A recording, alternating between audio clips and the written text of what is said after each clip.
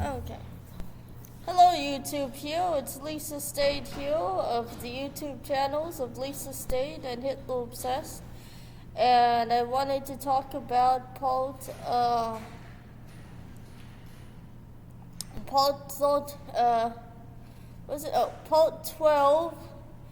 of part 2 of part 12. So, where I left off was how Hitler did the failed beer hall pooch, and he had to get away in his getaway car.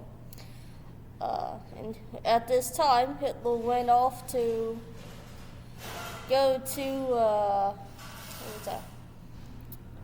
Not an acquaintance, it was a benefactor, Hoffensail, if I'm pronouncing guy's name correctly, probably butchering it anyway, whose family made a bunch of expensive German, very good pianos. So if you're a musician, you probably know that the Hoffensail guys they're like the Yamaha. Like Yamaha is good for electronic keyboards. Or Zil is good for, I guess, drums. Some people might disagree. I'm not a musician, but to name some good brands out there from some of the YouTubers I've watched that are musicians. But Hoffensail is more grand pianos. So, but Hitler went to stay with these guys in their country home as a safe house. And at this time, Hitler was in a lot of pain, dislocated shoulder. And if you probably ever had like a broken arm, or I guess a dislocated shoulder in this case, or maybe had a dislocated wrist, you probably know where I'm getting to on the pain levels. Anyone in the audience here watching this video probably can understand what Hitler's level of pain is. It's not a 10, it's probably a 30. It's really up there. And they had to actually set his shoulder blades back into his arm, so, which was pretty much whichever bone this is. I'm trying to remember from anthropology there. So it's his upper, it's not ulnar radius, that's down here. It's the one up here that goes into your scapula and then your clavicles, which are your neck bones. It's not the femur. Femur is your thighs. That's upper leg. I'm trying to think the name of it is. Oh well, I forgot. But they had to reset that back into Hitler's scapula and clavicles, shoulder bone and neck bones. For anyone who's not into anatomy or medical science or theology, so.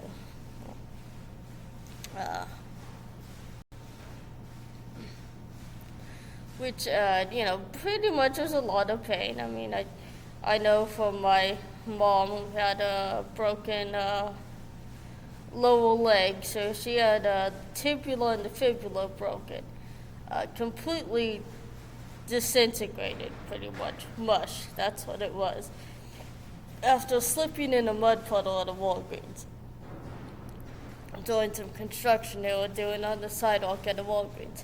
Well, to relate this to what Hitler was going through, obviously the guy probably did take some punches to the people who were trying to set his shoulder back in to its proper place. For obvious pain reasons why, a lot of pain, he's gonna knock you one. Just like my mom did when she was having her bones set by the EMTs. Almost took out a fully grown bodybuilder. She's a bit bigger than me, but it took out a fully grown guy. That's what pain can make you do. That and adrenaline, endorphins and stuff. Interesting thing about our human body, though. Hitler's, I guess, no different from the rest of us. But yet again, they had to wrap him up in a blanket, obviously, because so they could finish setting his shoulder blade and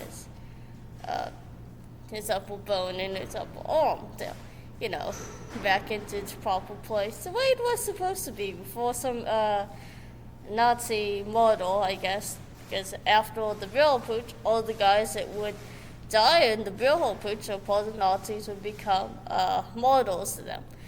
That was a part of their propaganda. They had this viewpoint that the people that died for the cause, to say, the National Socialist Nazi Party now, they would be models. So they'd be glorified as heroes that died and fought hard and died or whatever. That's what Hitler made them as. Now it's kind of like the Horst Russell guy who was a SA stormtrooper. I'll bring him up later on in a future video. But back to what I was saying, Hitler had to be wrapped up in a blanket, to fix the rest of his shoulder. Eventually, Hitler was walking around in a robe that's too big for before he's ended up found out by the police, the Munich police there, who come to actually, because at the time they're looking for him. They know what he did. So now they're going to look for him and called him off to jail for his court case there for treason, which in Germany at the time, if you're a German citizen, you might be hanged. In Hitler's case, he could be either hanged, but since he was also not a German citizen, he could have the option of either being hanged as his execution or carted off back to Austria, which would mean the guy would be on the streets in one of the worst economic times, because Austria at the time was going through turmoil also. A lot of bad economic situations, bad economic problems Austria is going through. So think of that, you could always have Hitler that if you're Austrian at the time, you could be paying for his mouse that kept alive as a bum on the streets. That comment might get me in some trouble with YouTube, just saying that, even if it's about Hitler. But you do have to be kind of very careful when you're describing stuff like that on YouTube. But Adolf Hitler ended up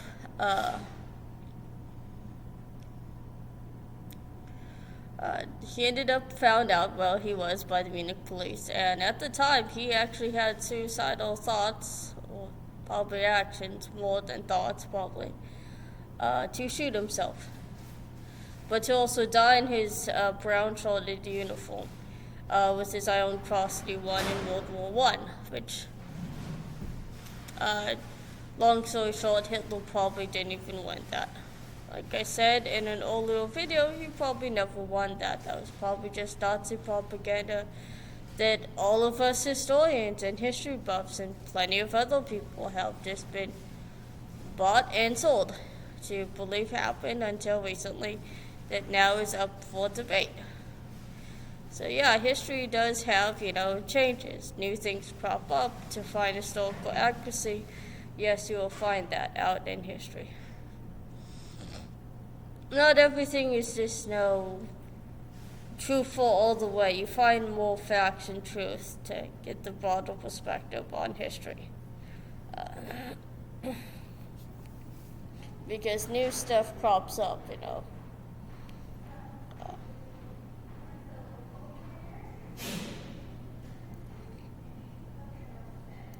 So then, Hitler was found out. He's eventually persuaded by Hoffenfeld's wife there, who's also one of kind of Hitler's lovers there. Women that, he would hang around with were these usual older women there.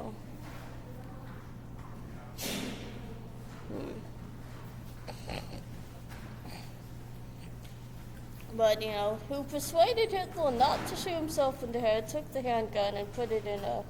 Oh, hello. There's a couple students that just walked by.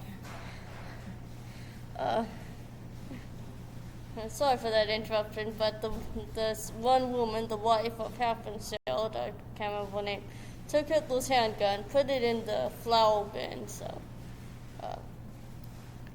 probably just to bury the evidence also, but probably also to stop Hitler from shooting himself. So eventually the authorities come, they called him off to jail, and Hitler goes on straight away onto a hunger strike in prison. And I pretty much will end on here on part 12, part 2, and then continue on to Hitler's events of his stay in, Orange is the New Adolf, kind of parody to Orange is the New Black. Orange is the New Adolf and Hitler's treason court case trial. So, this is Lisa Stayed here telling you to sign off, telling you to make sure to subscribe, hit the like button, hit the bell and set it to all notifications. Become a subscriber to Lisa Stayed, my YouTube channels of Lisa Stayed and Hitler Obsessed. Hit the like button, hit the bell, set it to all. Share these videos, leave a comment. You can go to my BitChute.com channel at BitChute.com. That's Lisa Marie Stayed, that's just one word. You can donate to my Patreon and become a patron. You can donate to my subscribe store. And you can send me a friend request or a message, or do both, on my Facebook account or my Facebook Messenger, and that's just one word. Now on to part 13 of probably part 1. And bye now.